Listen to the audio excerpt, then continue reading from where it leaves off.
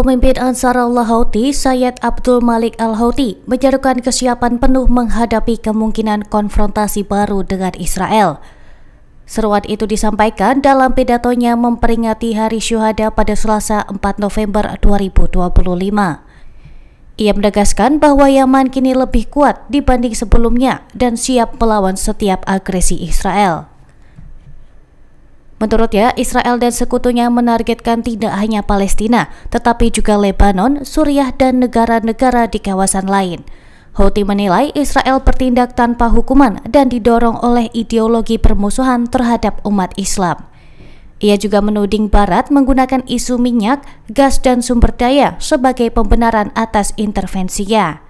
Selain itu, ia juga menyesalkan lemahnya respon dunia terhadap penderitaan rakyat Palestina. Al-Houthi menyebut jihad sebagai satu-satunya jalan mempertahankan kehormatan dan kedaulatan umat. Pemerintah Israel mengonfirmasi penerimaan jenazah tawanan warga Israel Amerika, Itali Chen, yang diserahkan Hamas melalui Komite Palang Merah Internasional atau ICRC pada Selasa malam 4 November. Chen merupakan sersan staf di Korps Lapis Baja yang tewas saat Hamas meluncurkan operasi militer pada 7 Oktober 2023 lalu. Jenazahnya ditemukan bersama dua rekan, Sersan Tomer Leibovitz dan Kapten Daniel Perez. Sebelumnya, jenazah Daniel Perez telah dipulangkan bulan lalu dan telah dimakamkan di Israel. Pemulangan Chen menambah daftar 20 tahanan Israel yang telah dikembalikan Hamas sejauh ini. Sayap militer Hamas menyebut jenazah Chen ditemukan di wilayah Sujaiyah setelah 3 hari pencarian bersama tim Palang Merah dan teknisi Mesir. Operasi itu disebut sangat sulit karena kerusakan besar akibat perang di Gaza. Hamas menyatakan masih mencari 8 jenazah tawanan lain yang belum ditemukan. PBB dan Amerika Serikat menyerukan gencatan senjata segera di Sudan setelah pasukan RSF merebut kota El Fasher, ibu kota Darfur Utara, pada awal November 2025. Laporan terbaru menunjukkan meningkatnya kekerasan terhadap warga sipil, termasuk pemukulan, pembunuhan, dan kekerasan seksual. Dalam sidang Dewan Keamanan PBB, pejabat tinggi untuk urusan Afrika, Marta Ama Akiapobi, memperingatkan resiko kekejaman massal dan kekerasan etnis semakin tinggi. Ia menilai jatuhnya El Fasher menjadi titik balik situasi keamanan di Sudan. Sementara itu, Amerika Serikat tengah memediasi rencana gencatan senjata 3 bulan yang akan menjadi tahap awal menuju transisi politik 9 bulan. Amerika bekerja sama dengan Mesir, Arab Saudi, dan Uni Emirat Arab dalam kelompok kuat untuk menekan kedua pihak agar menghentikan pertempuran. Sekretaris Jenderal PBB Antonio Guterres memperingatkan perang di Sudan telah lepas kendali dan menimbulkan penderitaan kemanusiaan yang luar biasa.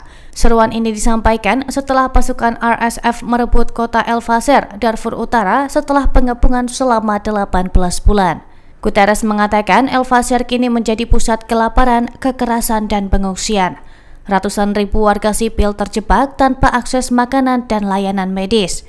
PBB menyebut konflik antara militer Sudan atau SAF dan RSF sebagai salah satu krisis kemanusiaan terburuk abad ini, dengan lebih dari 150 ribu orang tewas dan 14 juta lain yang mengungsi.